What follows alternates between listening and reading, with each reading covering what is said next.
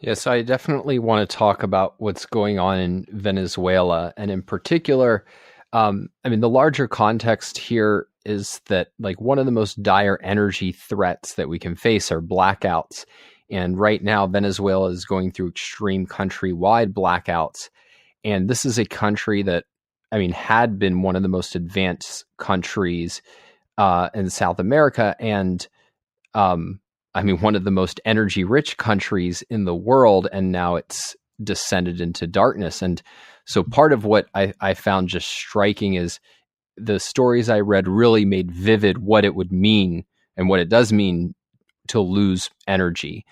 And so, just a few of the things that jumped out at me. So first of all, 15 people have died that are proven to have died as a result of things like doctors not being able to help their patients, not being able to get food and other basic goods, all telecommunications and internet wiped out.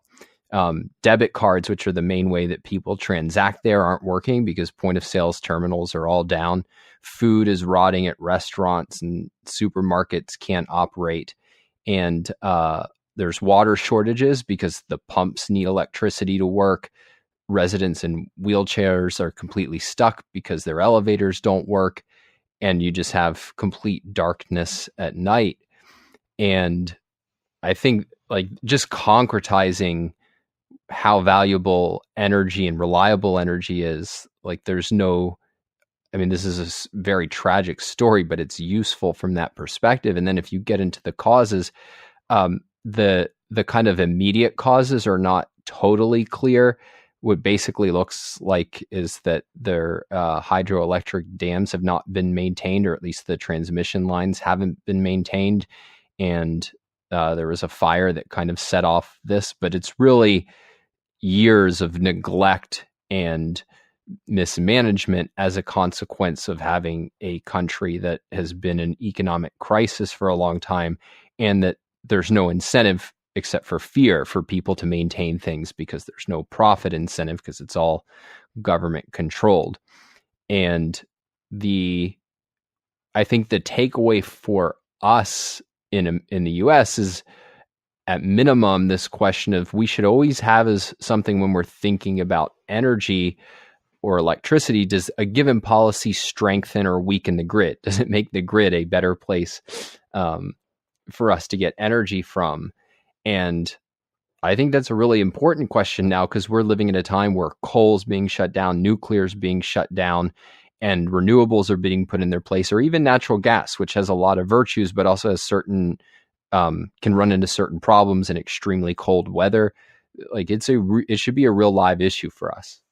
Yeah. And this story is so tragic. And it's really, I've said this about a lot of things, I'm sure, but it's really right out of Atlas Shrugged, in terms of just, you see how these parts of our society and our life that we take for granted can just fall. And then they're all living on the motor of the civilization, which is ultimately the power system. And just thinking about, somebody is stuck in a building. Like right now, somebody's stuck in a building, and they're, without power, the civilization in some ways becomes more hazardous than it would have been a few hundred years ago. And then you think, okay, well, we've got this plentiful food system, which is usually great. But then if it doesn't have power, then what do we have? And it's not like they can just jump right back to their farms and start farming food.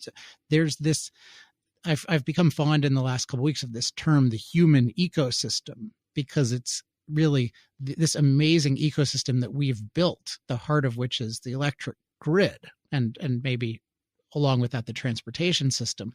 Those are just, they allow us to exist in this very exquisite way, but it's a very unnatural thing, in the sense that if you take it away, everything goes with it. And thus, when we're talking about, we're afraid of what X is going to do to the ecosystem and this amount of ice is melting, you really got to be afraid of what something does to your power system, because that is that's your protection against everything, including climate. And without that power system, you have to deal with nature.